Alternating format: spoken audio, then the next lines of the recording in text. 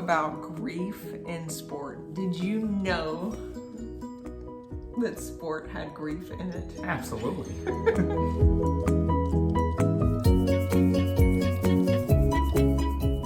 Grief is not easy, is it? No. Has anyone ever talked to you about the stages of grief? Yes. Okay, can you name them?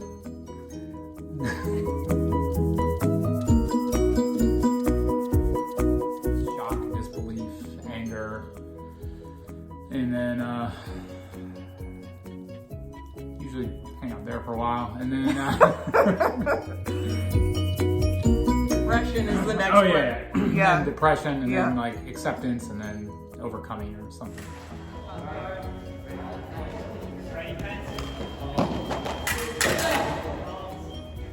I think coming out of this pandemic, we've lost our club space, we've lost some athletes, Oh, yeah. and we have been processing our own griefs.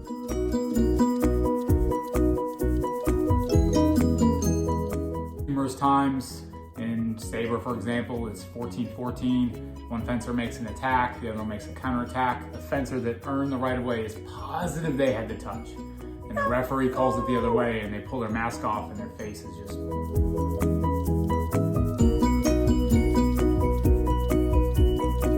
The pain in the guilt part, they either internalize it, and they just, hold it in and do like internal damage or struggle themselves, or they externalize it onto the people around them or the environment with throwing equipment, punching walls, throwing gear. Yeah.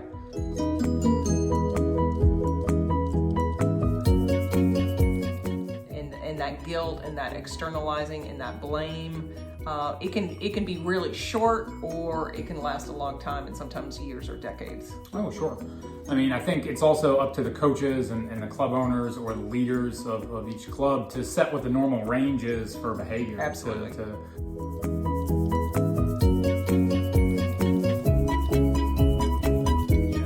If the fencer doesn't have any feelings about it, that's a question. Are they really emotionally invested in the outcome and themselves and in the process? Are they doing what they should be doing? Are they where they should be? Or maybe they should be doing something else. And then, if the coaches don't define the normal range, then the athletes can act out. Have you ever seen a fencer on the side of the strip just like, ref, please? Other situations, can you think of something off the strip? Oh, absolutely. It's when someone gets pulled over for speed by a law enforcement officer. Well, I mean, in the fencing club. Oh, no. Well, Not you said what off the happened strip. to you last No, week. no, that didn't happen. But someone gets pulled over by the cops and the cop wasn't speeding. No, and then the cop starts writing the ticket. They're like, no, please, just give me a warning. And they move between those two things, being really angry and kind of still using the denial into anger phase, but then bargaining with with the powers that be for a different outcome. And Sure. and I think that's normal to want Sure, a different absolutely. outcome. Otherwise, you wouldn't be grieving in the first place. Sure. So, Let's talk about the big D, depression. okay. The quiet part of grief.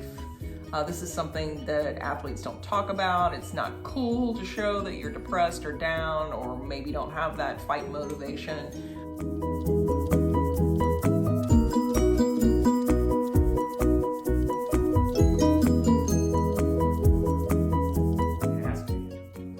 Take the pandemic for an example. There's not, could be, our Olympians for the U.S. and across the globe, or even our youth athletes who also lost their season. Yeah. Now they're home under quarantine and they can't be with their friends, Right. they can't train, they can't do what they want to do. And I think pretty much everybody felt some form of depression over the last 18 months. Absolutely. Then there was depression about, oh, wow, my muscles have atrophied. I'm not as good as I once was. It was pretty difficult for those athletes and coaches. Yeah. And and Jen, you can speak to this just because of your background and your training as a licensed counselor. But what people think depression looks like isn't what it looks like most of the time. It's not someone with the blanket in the fetal position rocking and crying. Most people that suffer from depression go through their normal routines.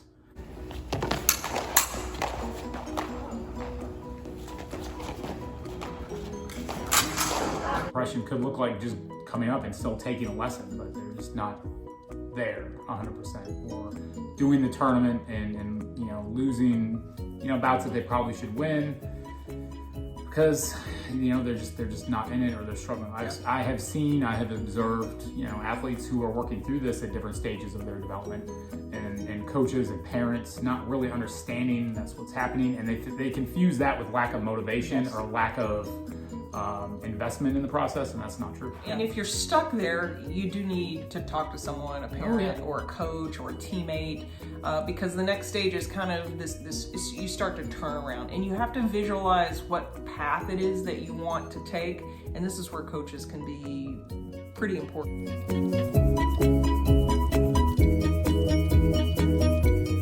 Another tool too, Jen, and we've referred athletes to sports psychologists. Yes. Because sometimes, the relationship between the athlete, if we're using youth as an example, and their parent, or the athlete and the coach, those become really hardworking and intense relationships, and sometimes you need someone outside of that bubble to work through some stuff. And that's separate the roles, create boundaries between the coach, the parent, the athlete, because we get what's called enmeshed, and we might really want our athlete to go or do something, and they're just not in a place. They're just not ready to do it. Where they can, and it takes a really in-tune coach and an astute parent to make these observations and consult. You have to be a bit brave. One way I like to broach it is, instead of saying like, we think you should see a sports psychologist, is just seeking out someone who's skilled in teaching mental skills. Yeah. And mental skills, just like your technical fencing skills and your physical kinesthetic athletic skills, if we just normalize the whole process and say these are just skills, the best athletes use all the resources at their disposal to be able to maximize their performance and their enjoyment and their increase their outcome. Working with an athlete that or someone with any issue, and they don't see a way out, that's the hardest part, is where they're just kind of like, they can't decide, or they can't pick up the phone, or they don't want to ask for help. So we just wanted to take a minute to just encourage you to ask for help. Just say, hey, I am stuck, I can't see a path. Ask for help. And if that person is like, I don't know, go find someone else. It's not about you. Just keep consulting and finding a path.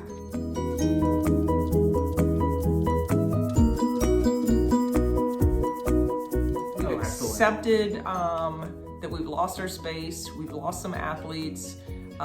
We had to change our work schedule. You took a different job. Career change. And now we have hope about a new vision, a new space, and that we're really excited about. And I personally can feel that in our athletes, because when we as leaders could visualize where we wanted to go and what we wanted to do, everyone else was like, could you feel that? Oh, absolutely.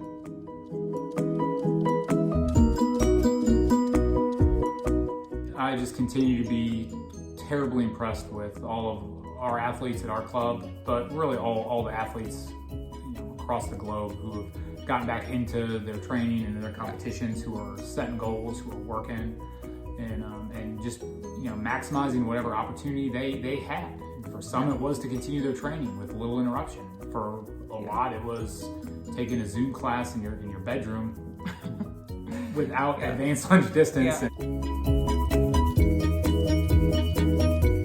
Saber through the drywall and having that conversation with your parents, and as you return to competition, you may not have the result that you want or you deserve, but you're where you need to be, and it's fine.